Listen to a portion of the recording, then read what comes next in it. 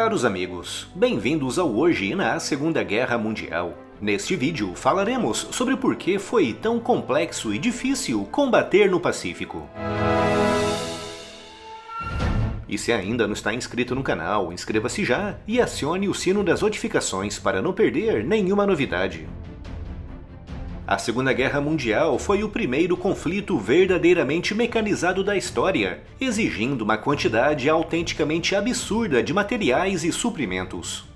Apenas pouco mais de 20 anos antes, na Primeira Guerra Mundial, um soldado britânico exigia, em média, menos de 20 quilos de materiais e suprimentos por dia para combater. Mas na Segunda Guerra Mundial, um soldado norte-americano exigia, em média, quase 120 quilos diários de materiais e suprimentos. Com todo esse peso correspondendo à soma de todo o combustível, comida, munição, remédios, armas e peças sobressalentes exigidos diariamente para fazer funcionar toda aquela gigantesca máquina de guerra em terra, no ar e no mar.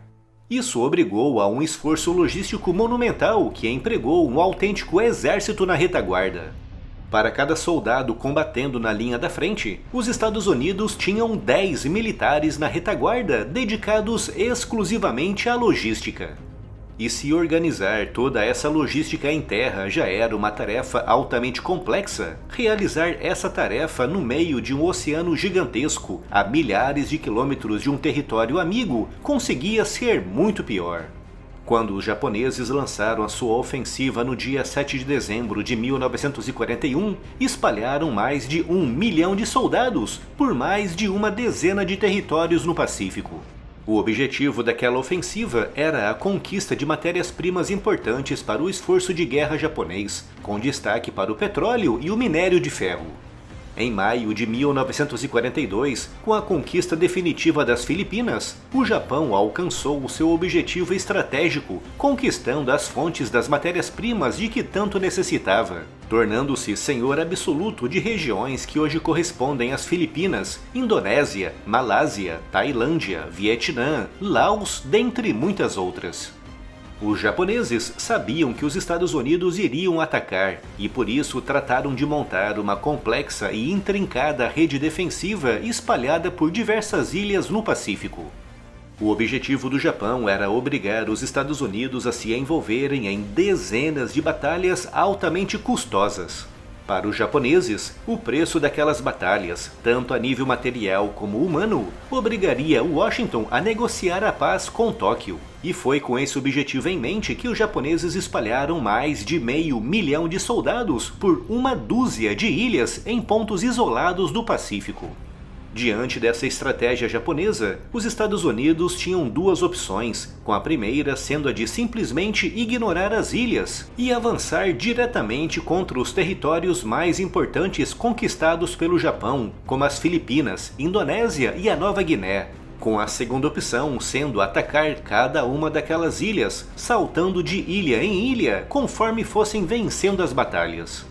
O problema da primeira opção é que os japoneses poderiam usar aquelas ilhas como pontos a partir dos quais lançariam ataques contra as linhas de suprimentos norte-americanas, afetando diretamente o esforço de combate nos territórios ocupados mais para o oeste.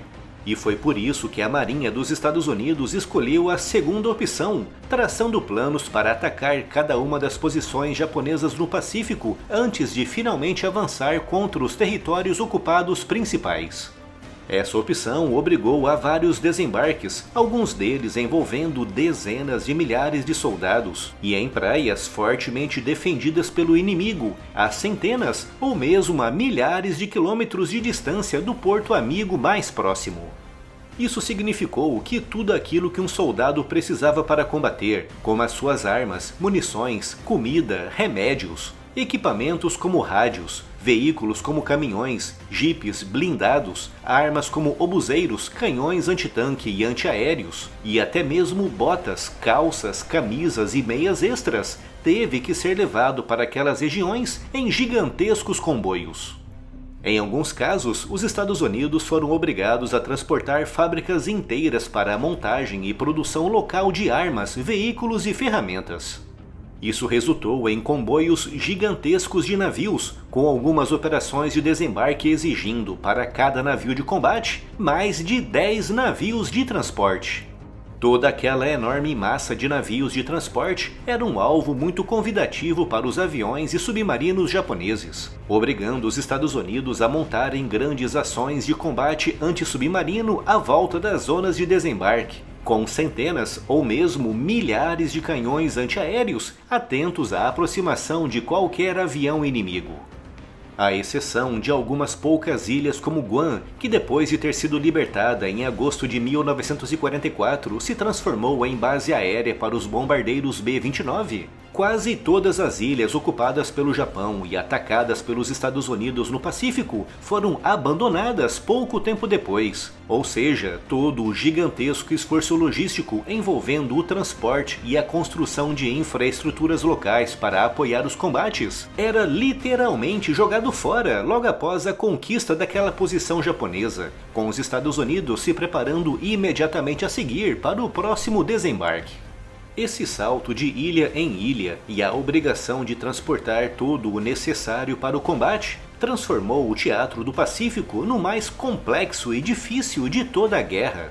Um desafio logístico sobre-humano que somente os Estados Unidos, a maior potência industrial da época, foi capaz de realizar.